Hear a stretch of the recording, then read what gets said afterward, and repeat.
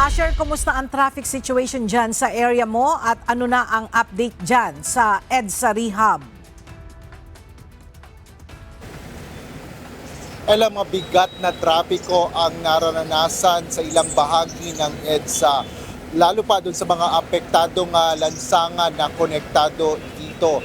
Ito ay kasabay ng pagsasagawa nga ng rehabilitasyon ng EDSA kung saan ilan sa mga lanes ay isinara na sa trapiko kasabay ng mga pagkukumpuni ng mga tauhan ng Department of Public Works and Highways. Walang holiday para sa mga kawani ng DPWH na kabilang sa implementasyon ng EDSA rehabilitation ngayong araw.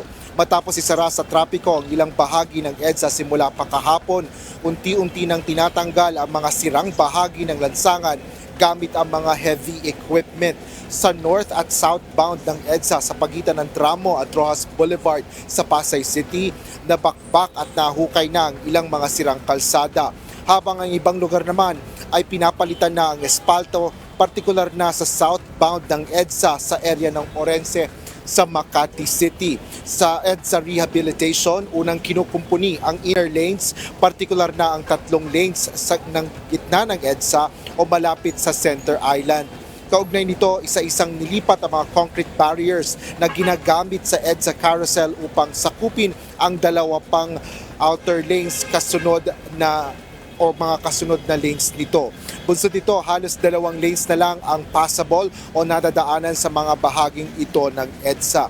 Partikular na ito sa north at southbound lane ng EDSA sa pagitan ng Orense at Magallanes Interchange sa Makati City. Gayun din ang bahagi ng EDSA sa pagitan naman ng Tramo at Rojas Boulevard sa Pasay City. Bunsod nito, nakararanas ng mabigat na trapiko sa mga apektadong bahagi ng EDSA, partikular na sa northbound lane ng EDSA approaching ng Rojas Boulevard hanggang Taft Avenue. Light to moderate traffic naman ang sitwasyon kapag nakarating ng Magallanes hanggang makalagpas ng Guadalupe. Habang sa southbound lane ng EDSA, simula Guadalupe pa lang ay sasalubong na ang heavy traffic. Magsisimula lang bumilis ang daloy ng mga sasakyan paglabas ng Buendia Avenue. Ngunit pagdating sa bahagi ng Evangelista bago dumating ng Tramo hanggang Taft Avenue ay makararanas muli ng mabigat na trapiko.